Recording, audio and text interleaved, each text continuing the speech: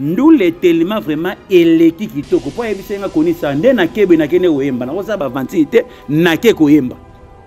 Donc dans tout ça auto benga gete ba invité ba koyi ko zala mais héritier watana ba mi pesi position na nous gete na yemba batu ba comprendre gete asime moko. C'est ça le problème o batu ba lo ba gete muso mona gete tout dans la carte ba sorti médiatique mudu so ba ote héritier watana be banze mone ba yebi on te même nanga mo sala nganzo pas si pesa nganzo Mali Mali comment na kati ya mboka au Congo ba pesa batu succès na passe siko nzemba héritier watana be betaka pendant toute la journée na babar na mituka ya batu na makamunyo tout pe ebani Todration na conseil souté de 22h jusqu'à l'aube. Voilà. Tous ça rango souté to comment na moi 3h d'étape, to comment na moi 2h, to comment na moi 2h30 minutes ou la réalité qui est Angola. Donc tout le monde était nous surtout na ba pesa les meilleurs ya Robini. C'est quoi Robini ça wana siko ngana comprendre ki roi David. Na façon ni na kenona roi David na comprendre ki abeta na basala minene bongo kala. Donc il tanga moni loko na ko kitata zo buyi loko la comme musicien héritier watanape. Donc ko kitana na herbe pesa ki anoya bosaina. Reprendre yango mona rabatu bazara na ba esprit critique ou ezarani tout lo baka nyo tout ba réparaka ngana.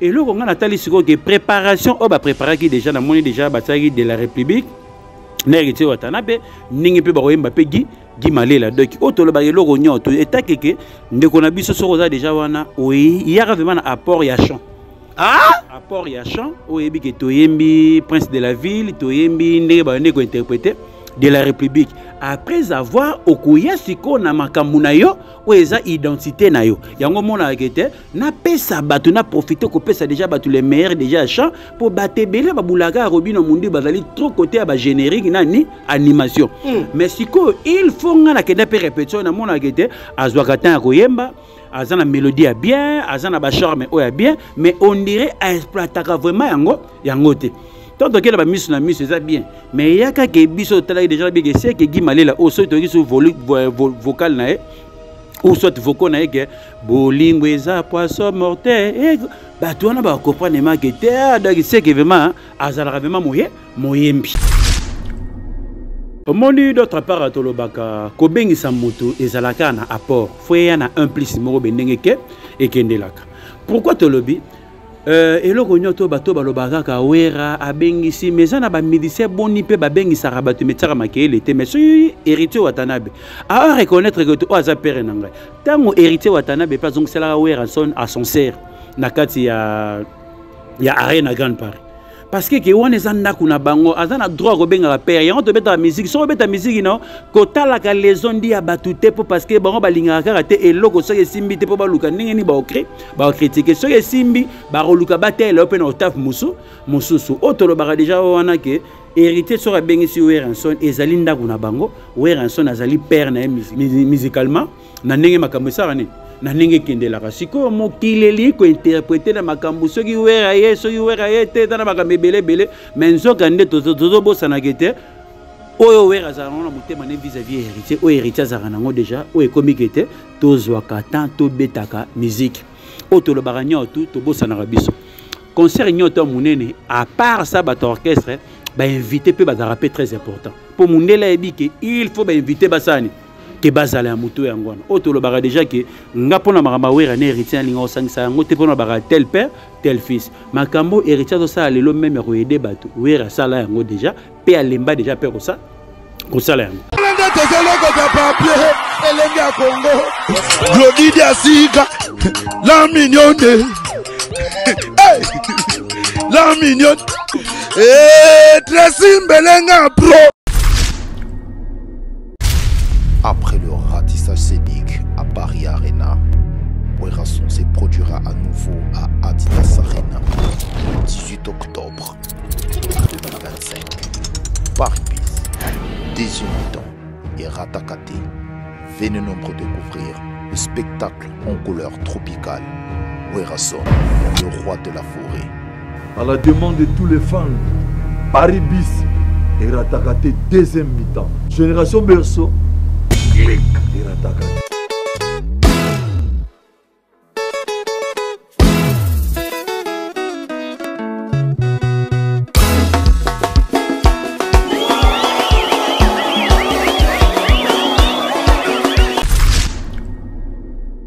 Chez Djonga, restaurant spécialités africaines à la portée de tous. Un cadre attrayant vous accueille 7 jours sur 7. Au numéro 2, rue François Villon, 94 230, à Cachan, en pleine région parisienne. RRB, station Arcueil-Cachan, pour déguster des mets délicieux. Choix à la carte, ntaba, cabri, brochette, kamundele, ngoulou, madesu, losonapundu, du poisson, du poulet mayo, makayabu, bitekuteku et j'en passe. Rendez-vous chez Djonga. Dans une ambiance musicale, modèle Yambo Cannabiso. Chez Djonga. Venez, venez, vous allez vivre du vrai. Chez Djonga, votre restaurant vous propose de vendre des plats divers à consommer sur place ou à emporter. Oyo Sukana Masolo. Commandez au 09 82 63 82 85, numéro fixe. Ou au 06 35 47 51 81, numéro WhatsApp. Votre restaurant chez Djonga. Je suis docteur Pichotondele, pharmacien de formation. Je suis formé à l'université de Kinshasa à la faculté de pharmacie. Et puis je fais d'autres masters en transformation des agro-ressources à l'université Marien Ngouabi et au Canada en préparation de cosmétiques thérapeutiques naturelles.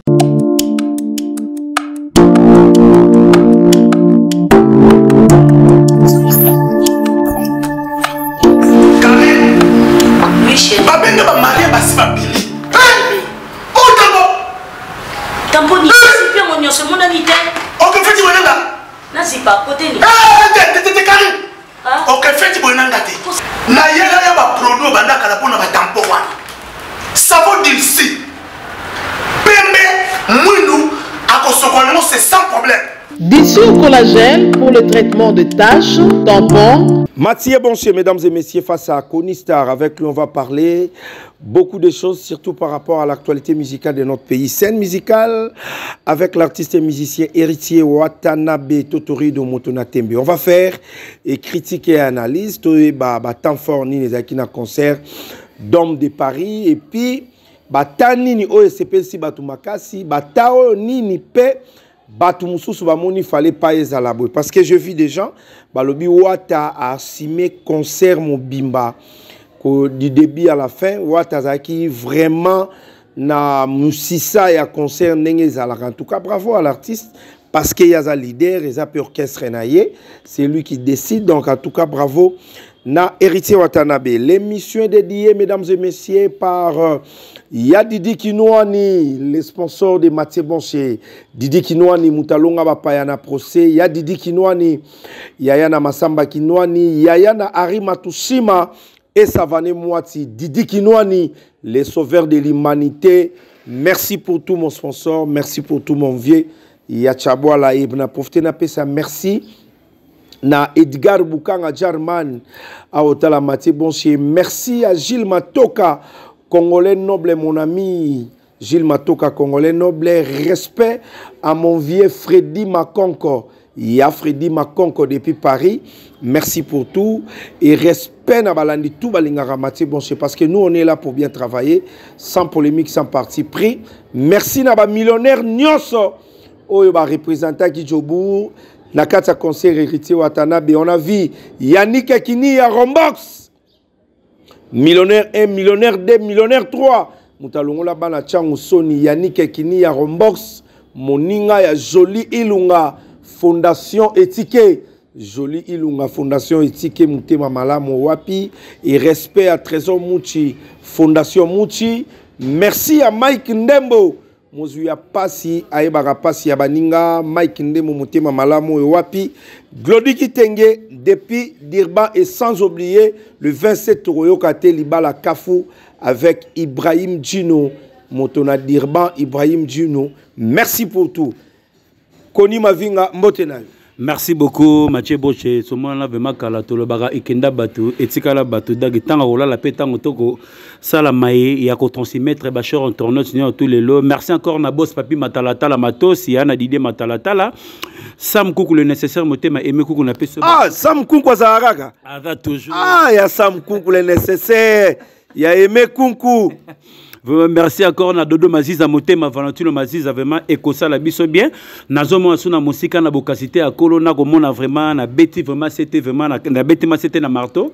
Na ndenge za toujours vraiment Yannick ni à Rombox donc yebi ke tozalaki na a pe ozongi après savoir ozali na kata dom de Paris vraiment trésor muchi na peso bambote belé bisa jise makwambala toza toujours vraiment Charlie Chimanga kibaka na peso bambote vont voir yo kadudu yo kapitu kinzeni pera kitiala molobela bana Fokobel papa yo trésor bango Fokobel na yo su kombo molobela bana Fokobel wana pera kitiala vraiment papa yo trésor bango to sa ne to yo kanaki na Paul B na Yannick Dienga.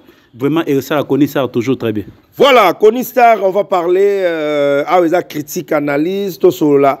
Tout vendre le nom d'Homme de Paris avec l'artiste Héritier Watanabe, Totorino Yatembe. D'Homme de Paris, choix Héritier Wata. D'abord pour les artistes, et parce qu'on a vu Jean Apocalypse, Tomoni Robino Mundibu, Tomoni Baba Tebele. Pour toi, D'Homme de Paris, choix Liboso Yakolongwa Congo, et puis il y a combien de poto. Vraiment, Tolobaka, mais c'est les chanteurs Héritier Watanabe, donc Tolobaka, il y a surtout. Batamokili, Tolobaka déjà, on a bêta c'était place à Jésus, pour nous, on a Barabas, donc il est là, Tolobaka, Mawezang Nambu, Kosali Samute dans l'opinion. Donc Tolobaka, il y a surtout. Namokili, Barabutomala, Yamala Mouté, on y a tout le Makambu, Héritier Watanabe, Azosala Lelo, tout le monde a déjà calme. Tolobaka déjà, tel père. Tel fils, au hasard, un souci à Batuto, ça la bientôt comme sa pote au Kassango, le musicien, au héritier Watanabe Loba, soko longue pananga nakotiko na poto, et tako beta à la team dans l'ingate, mouta souffrir na katakicha. Donc il a dit ça, Tolobara déjà qui était héritier Watanabe Tozala Nayo, au tout le monde a dit déjà Nego Bong, c'est déjà Miloulou à Mindoulé, Ndenge ou que ça là, au moins a été à Zouakata, à répéter, le quoi la studio, bon au concert aux alo, l'engekani. Donc vraiment Tolobara qui n'a pas force héritier.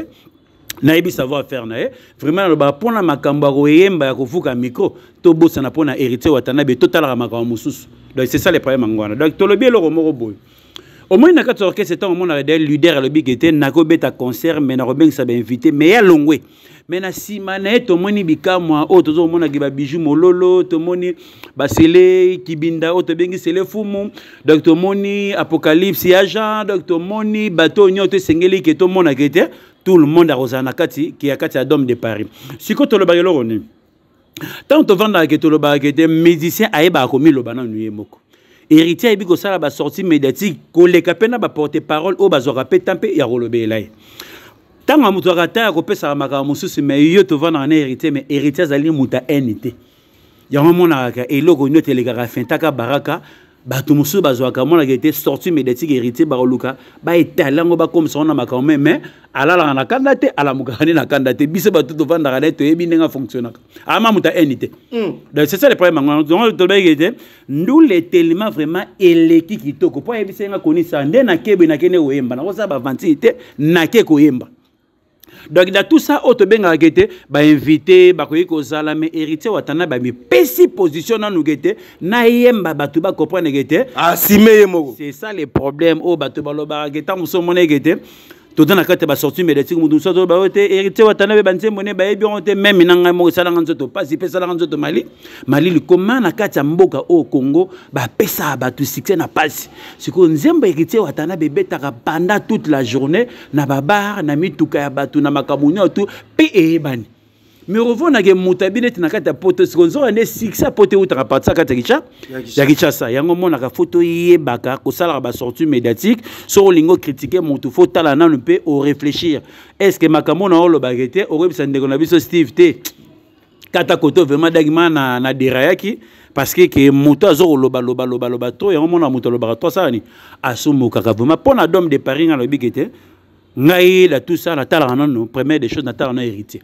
ndinga zoyemba ndinga sala makambe belé avec communication na public on a monaki déjà epataki na makamo nyoso tout auto lobaki loke bato bakotaki bazalaki na monsolo o abi na tuni Paul bi o tenga mbongele ga partir le 20 le 28 na tuni rizibu la fierité bana matete to pesa e valeur non air ennemi de la galère o tenga mbongele ga le 30 nga bi seke brotana ndule te doki bino banda ba pesa ki dom que ezala les 24 na makambe belé mais bozi monga ba billet de bino fo monga les 20 et les 28 ou les 30 c'est ça na bato super les rappel les 10 donc to le bagi o ba yaki wana bazaki na monga possibilité ba billet o ba yaki te c'est bagi na ba moyen te c'est ça les problèmes. Voilà, merci beaucoup. Mettons que nous n'avons pas tant fort tant aimé ma casse parmi les invités héritier Bengisaki parce que tout le monde a dit roi David Azalaki l'obesso Pota tout le monde paye Jean Poka et puis Robino Mundibu ta oyo sepelaki makasina Doudou qui binda donc voilà il pas ça. Donc d'autre part tout le bagelo a libosé et sengé na no kolo lupango aïba kopesa toujours les meilleurs autres monde qui na capacité qui était aux autres monde qui était mona mobalo neto mona ga ti azui matin ya kopesa bato toujours les meilleurs non coach japonais na héritier Watanabe bon pona ba invité bazali bato tant ba pesu espace faut ba rappeler l'air o yo po gosani que ya rokata po parce que tozala sous na concert na ba concert souté wedaka de 22h jusqu'à l'aube voilà tozala nango souté to comment na moi 3h d'étape to comment na moi 2h to comment na moi 2h30 minutes o ya réalité qui angona donc to moni kete nyoso to na ba pesa ki les meilleurs ya Robini c'est quoi Robini ça wana siko ngana comprendre ki roi David na façon ni na kenona roi David na comprendre ki abeta na basala minene bongo kala. Donc il tanga moni loko na ko kitata zo buyi loko la comme musicien héritier Watanabe donc ko kitana na herbe pesa ki anoya bosaina reprendre yango mona rabatu bazara na ba esprit critique ou ezarani tout le baga nyoto ba réparaka ngana bisaki déjà Mathieu Boche na kati ya la scène musicale héritier repesa les meilleurs kolika plus que na kati ya repesa les meilleurs na dom de Paris kolika la scène musicale voilà o ngana tala ipo ani na hebike façon ou asailaki na la scène ou aye na ngope ayesu na façon sous mususu donc tangu na lui o liboso total na ba apport ya ba invité il fait ça la peine ambiance moko ba avec communication avec public auto monde ya moto ya ngona et le konyo tout le bagage mutako karana nyoso tout azate donc les ana moto muso ko pesa les meilleurs o pas ko pesa les meilleurs te donc yango tout monde a toujours que to pesa ka force na héritier Watanabe donc côté à l'obeso on a mon relo konyo tout bande ko na ngai bozala toujours ba musicien bozala batala mais bokoma ba jiken bozala batala mais bakoma na bango ba jiken nzoka ne musicien o azana tala ko banga potote o ya muto yangwana pourquoi que au lieu que basala ba monsieur belé te ko comprendre que bozana batala na bino savoir faire ezali mais bozoko miye bate boza ba musicien po mi vanisa na bino na kati ya mikila poto nzoka nenga na mona déjà que je na biso loko neti papa na biso ba bengi loko la kese diambo ayebisima franco tourner na silité ngala sana makamona osana kichasa na ozela bino na ki po ebiki na sana talent na sana ba capacité na sana makambe belé ko ina ko pesa les meilleurs na ba moura bonne musique na makamona tout mais na tali bon que bozana ba talent mais bokoma ba jiken pourquoi parce que musicien parisien donc c'est ça le problème ngona donc automoni que on a sepelé les choses tout à mutu na mona ipona diduki binda o ya pesa les meilleurs que musicien chanteur o apesa vraiment toujours que fierté à kitambo ayeba ko pesa déjà bato nyoto bazali na kati ya Dôme de Paris vraiment et ça la biso toujours très bien on a mona qui vraiment ya mutu ya ngwana pe intervention il y a improvisation il y a apocalypse ya Jean Bampema na mona vraiment qui était ndenga kendaki nango apesi les meilleurs que et pesi nga moi na mona il ko sous beaucoup la scène à la muki donc ça fait nuit de temps banda beaucoup la kufa to mona sous ya Bampema siko mutu loko la héritier Watanabe to ko sopele ba frère était ponane total non qui était héritier Watanabe bazali boy héritier Watanabe bazali be mais total la pe côté ya bolamu o héritier Watanabe yango mona nzamba facilita makamunyo tout et kenda toujours liboso c'est ça et kenda toujours liboso là na profité na pesa merci na Biralo Business International la zota la biso depuis Chine la plus belle fille de Chine Biralo VIP Biralo Business International je confirme avec force merci pour tout merci à grand dame Diane Ikamba vous assistance internationale Batoubazo la voyage trop à Schengen États-Unis de partout vous ayez wana pour na solution na bino ba kinois ba congolais qui dit baté beta tourna kalembelembe maison d'habillement pesali vous assistance internationale avec la patronne Diane Ikamba et je confirme avec force millionnaire congolais, le mystérieux Rodrigue Matende. Très fort. Rodrigue Matende, le mystérieux. Na pesho bambote belé na ndeko na biso Eric Bisidi na aéroport. Ta oyo batu belé bazo lobela. On est des Congolais, tozana Kinshasa, yo ofrikantara ba spiritas, ba beloma na bonne musique. Place ndeko na biso Robino Mundibu abeti, nengo tamboli, nengo yoki, appui na yo et puis un bon pona temps fort ya Robino Mundibu. Est-ce qu'il fallait ezala bongo, il a bien joué? Est-ce qu'il y a kota qui penana mité ma spiritas? Est-ce qu'il fallait ezala bongo habillé mama kambutu rolo baboni? Vraiment, d'autre part, le bagamutu na mutazani la façon na etango saiko le bitala modèle mboka na biso mutu na mutazana identité.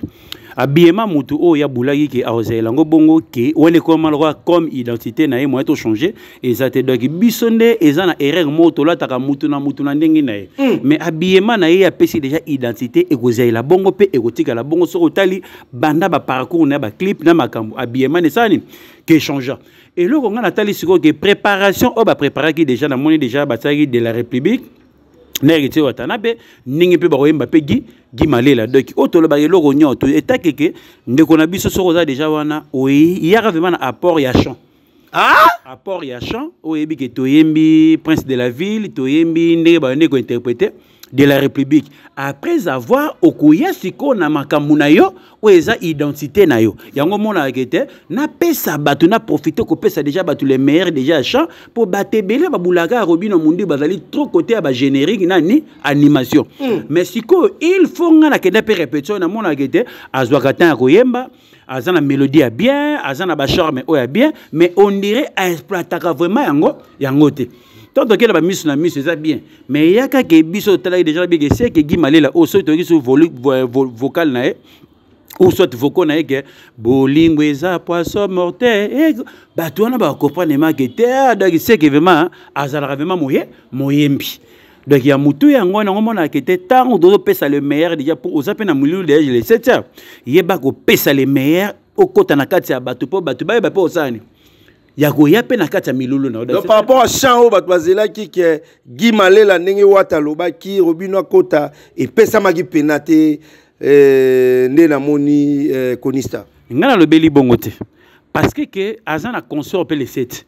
Donc il faut yeba déjà to lobarelo on est ba pesa invitation yeba ko kota na kati ya public o pesa bango les maires ba comprendre que ayembi danger.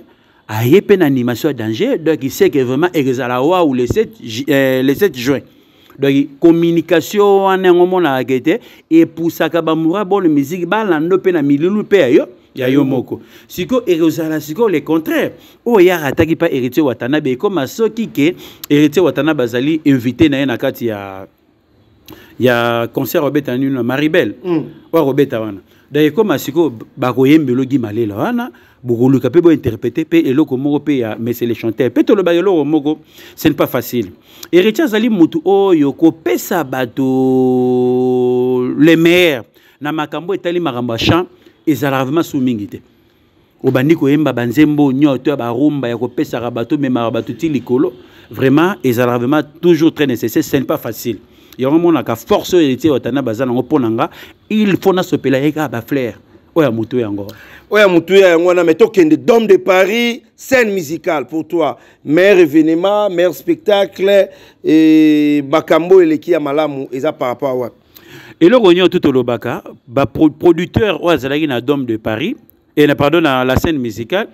Donc il batia qui ba moyen vraiment enjeu pour na makambo no te kende la. Donc to lobi que na force héritier Watanabe yango monique ndule o ekendeli vraiment boyena ndenge o ngana to yebi réalité.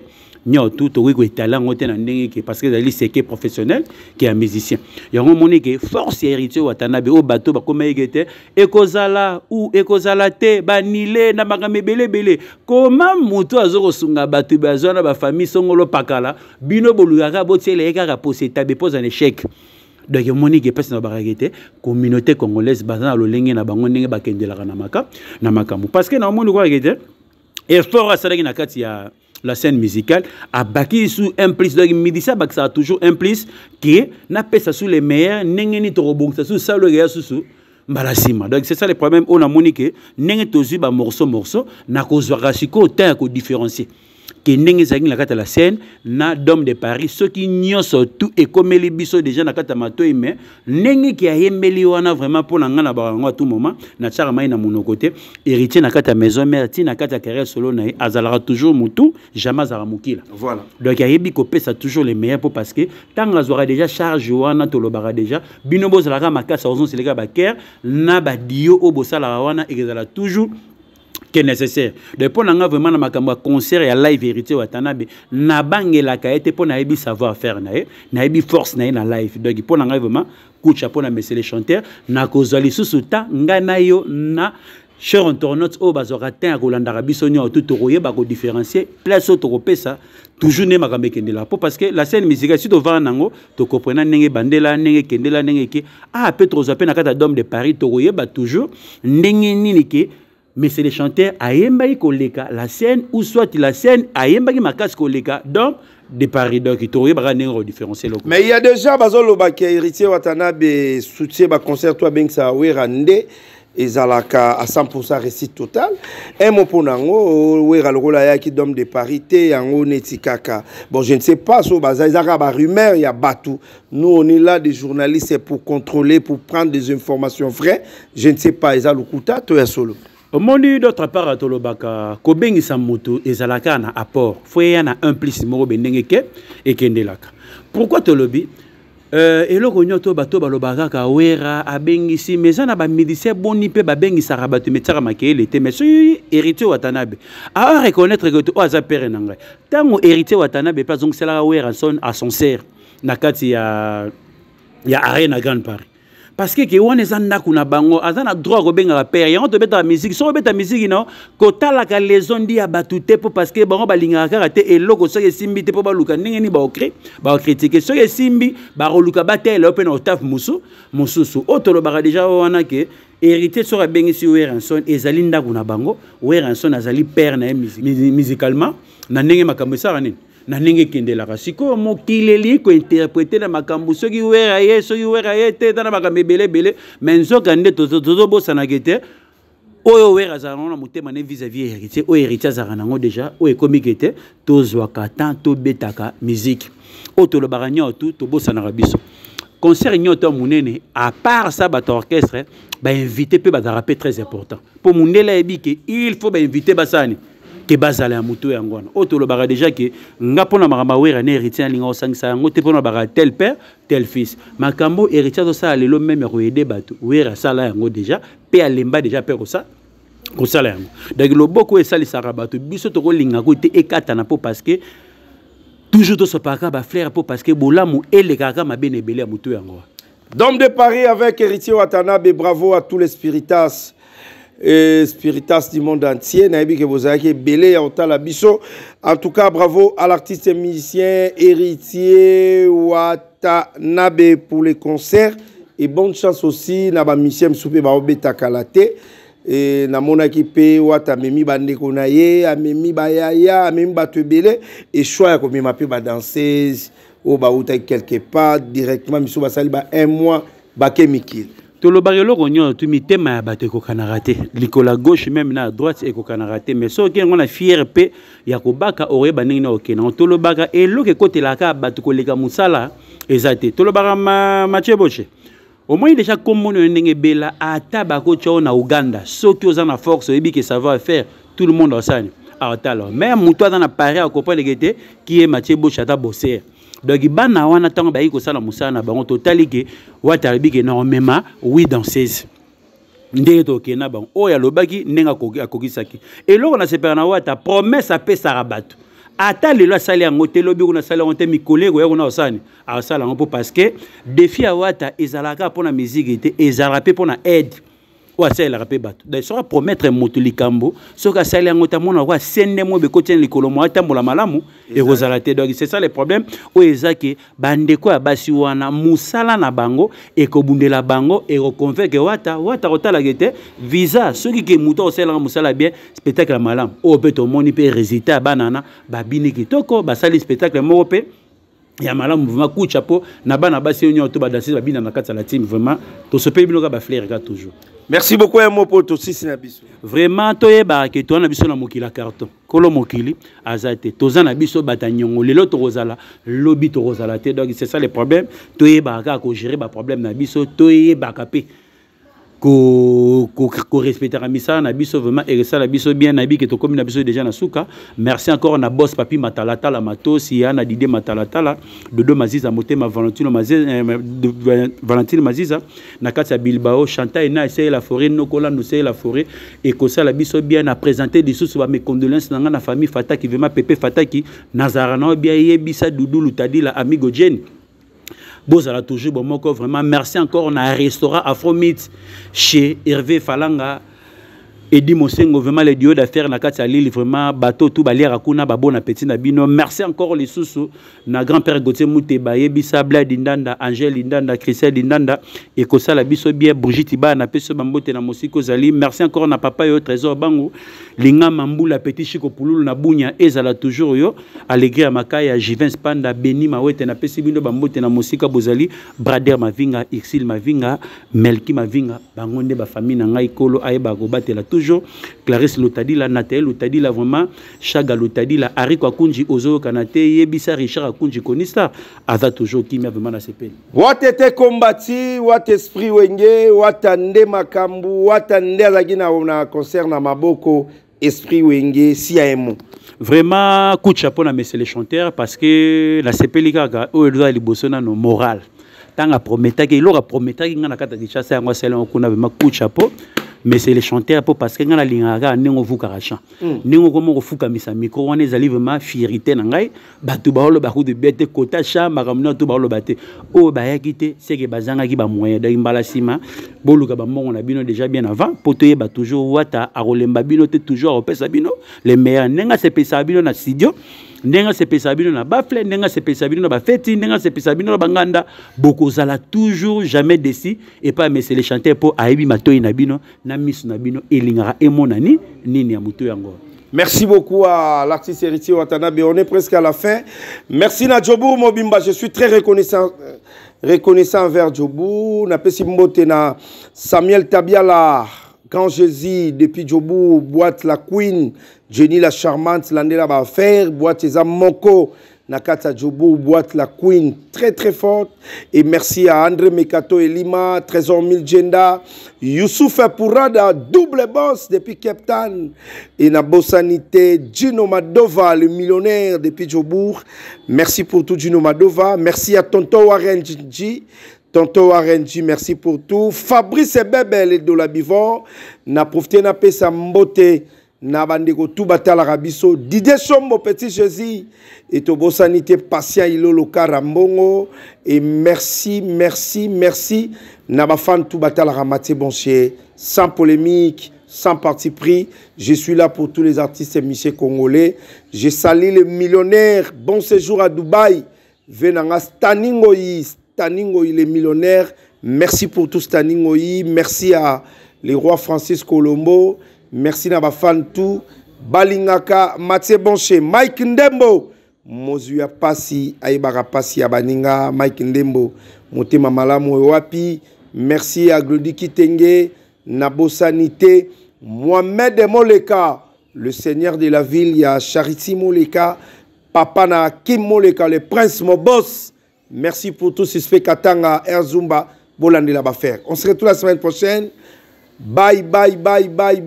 Merci à Yannick Kasuku, papa na Chilo, depuis États-Unis. Na Davina, papa na Chilo et Davina, Yannick Kasuku. Merci pour tout depuis les États-Unis.